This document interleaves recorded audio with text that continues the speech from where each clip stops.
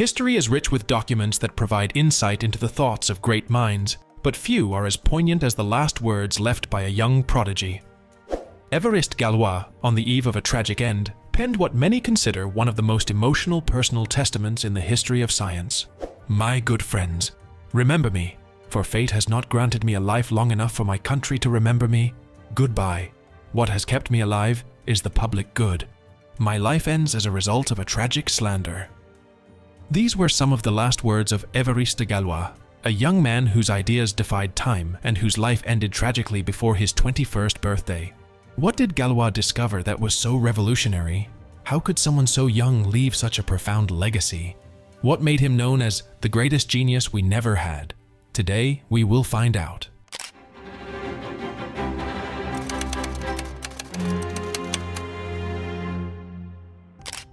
Évariste Galois, born on October 25, 1811, in post-revolutionary France, began his education under the careful tutelage of his mother. A learned and deeply religious woman, she was his first teacher, imparting not only basic literacy and arithmetic, but also instilling a strong foundation in classical and religious studies.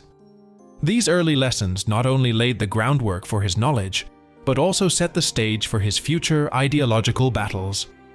At 12, his homeschooling gave way to the demands of school life in Paris. Galois entered a school known for its strict discipline, which, ironically, became a battleground for his growing intellectual and personal restlessness. Despite an uninspiring environment, he displayed an unusual aptitude in subjects like Latin, Greek, and rhetoric. Although he was recognized, he faced restrictions.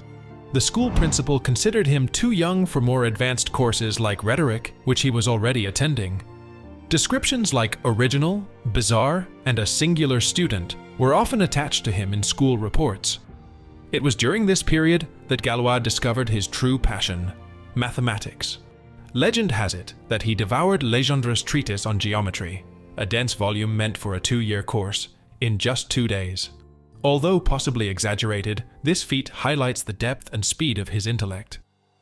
But it was the rigidity of the school environment that paradoxically catalyzed his departure from educational formalities and propelled him into a self-taught journey in mathematics. This period of mathematical discovery, however, was not without conflicts. While he excelled in subjects of interest, Galois often found himself at odds with the school administration. His aversion to conformity and his questioning spirit were seen as rebellious, not as signs of genius by a system that valued order over innovation. This conflict between the young mathematician and established power structures not only shaped his character, but also delineated the path he would eventually take, marked by both revolutionary discoveries and challenging confrontations.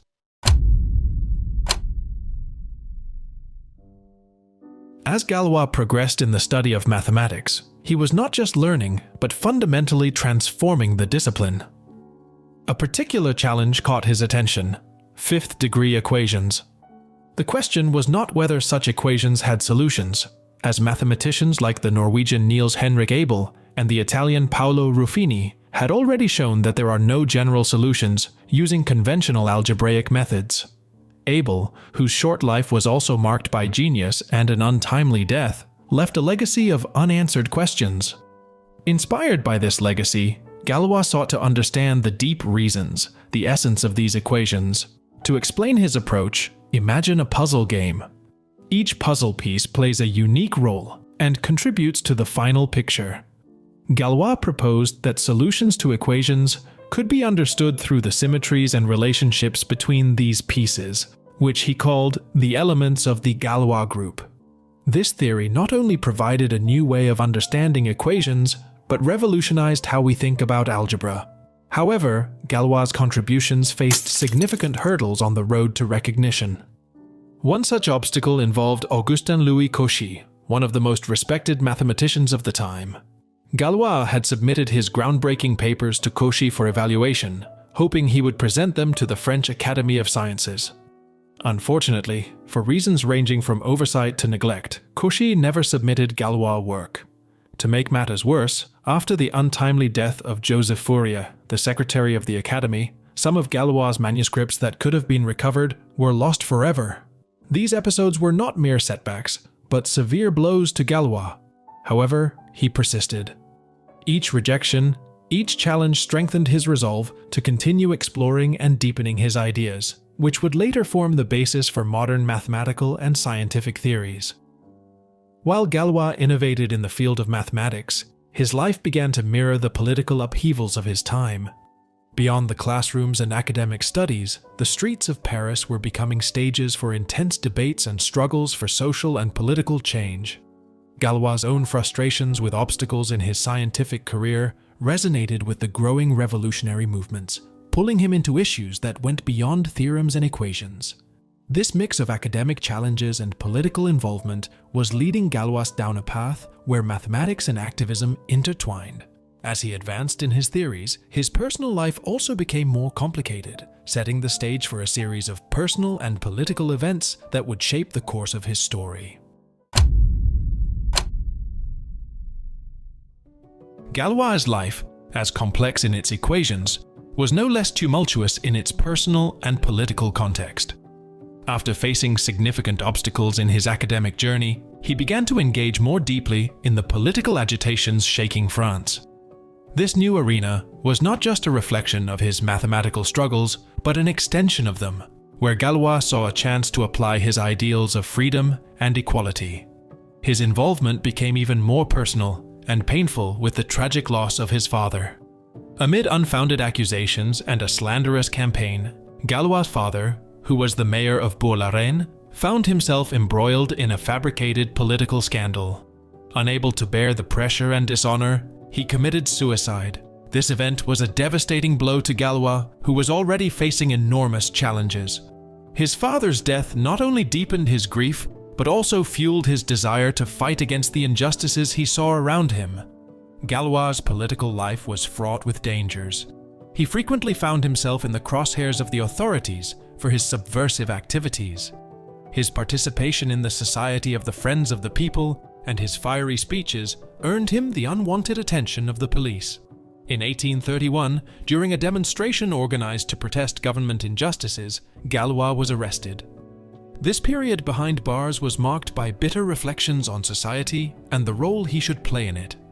During his imprisonment, Galois faced moments of great despair. One drunken night, he attempted to take his own life, but was stopped by his cellmates.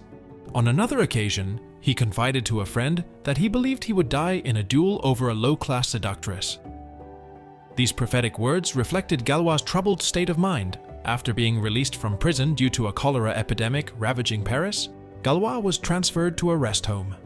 There, he met Stéphanie Dumotel, the daughter of the doctor responsible for the house. The letters exchanged between them show a young Galois hopeful and in love, but also disillusioned with what seemed to be an unrequited love. As Galois tried to balance his political passions and personal affections, his life became even more complicated. The continued rejection of his ideas by the academic community and the escalating political conflicts set the stage for an inevitable tragedy. With political events intensifying, Galois' frustrations grew. Each academic rejection and each political confrontation added more fuel to his determination and disillusionment. This cauldron of emotions and challenges was leading Galois to a breaking point, where his passion for mathematics and his political convictions would inevitably clash with tragic consequences.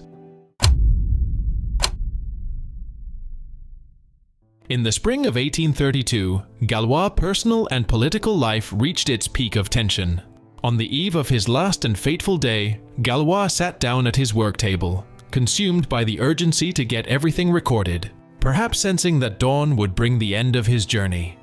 Much of the events surrounding Galois' death remain a mystery, so I will try to stick to what is known to have happened, which is summarized in 2 letters that are, to this day, considered one of the most touching personal testaments in the history of science. The first says the following: "I die a victim of an infamous flirt and the 2 idiots she involved. My life ends as a result of a miserable slander. Ah, to die over something so small, so contemptible. Heaven is my witness that only under duress forced did I yield to a provocation that I tried to avoid by all means. I regret having told a pernicious truth to men with such small capacity to hear it calmly, yet I told the truth. I take to the grave a conscience without lies, unstained by patriotic blood. Goodbye. What has kept me alive is the public good.